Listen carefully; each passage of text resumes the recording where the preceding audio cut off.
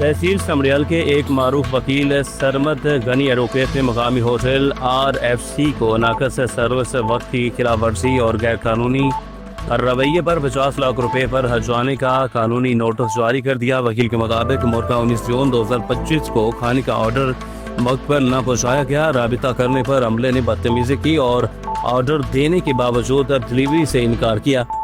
वाक़ई को सार्फ के हकूक़ की संगीन खिलाफ वर्जी करार देते हुए कंज्यूमर प्रोडक्शन एक्ट 2005 के तहत कानूनी कार्रवाई का आगाज कर दिया है।